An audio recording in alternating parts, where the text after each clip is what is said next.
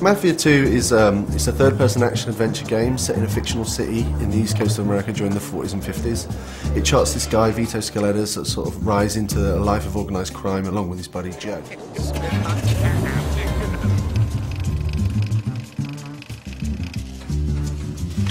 What is it that you want? I want to know why you had our friend killed. Well, like every classic mob story, Mafia 2 is a story about friendship, betrayal. The guys who you think are the bad guys might not really be the bad guys. Your best friend might be the bad guy. The thing that's really important to us is this sort of cinematic storytelling that the guys here at 2K Czech can sort of achieve. Something we're really proud of, something we've invested so much time and effort into making sure it's perfect.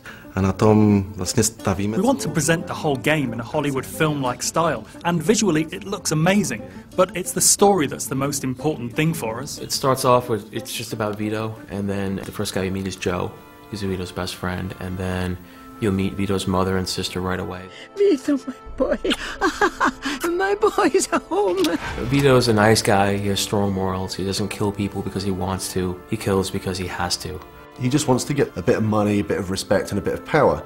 Vito doesn't aspire to be the Don. Here's your 300 bananas. I'm taking my cut as the middleman. Next time, you're on your own. All right. Thanks, Joe. When I first got the first version of the script, one thing that really stuck out was that it was a buddy story. It wasn't just one guy on his own doing what he wants. Like I said, I know people.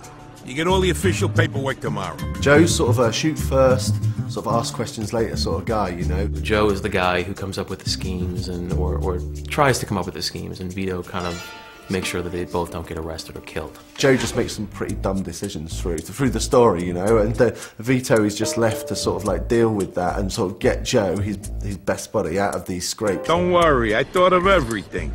I got these phone company uniforms so we can pretend to be fixers something. Sounds a little too simple. Our goal was to build the relationship in such a way that it's clear to us, or to the player, that Joe is his best friend. Something like family, if not even more. We'll find you a job where you can make good money without killing yourself, all right? Music to my ears. Besides Joe Barbaro, there's a lot of other characters that Vito meets and interacts with and becomes friends with throughout the story. The first real mob guy you meet is a guy named Henry Tomasino, who gives you kind of your first big break.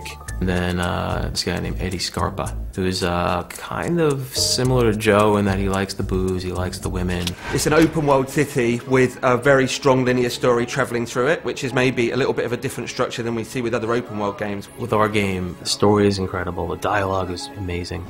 If you knew what was really going on, you'd realize that you was better off in jail. But that don't matter now anyway. What we wanted to chart was this guy's rise through the ranks of the Mafia. The Mafia is pulling the strings. If you're ordered to do something, you have to do it, even if you don't agree. Otherwise, you won't survive, or you might lose a friend, or even your family. You're gonna do us all a favor, and if I refuse, you die.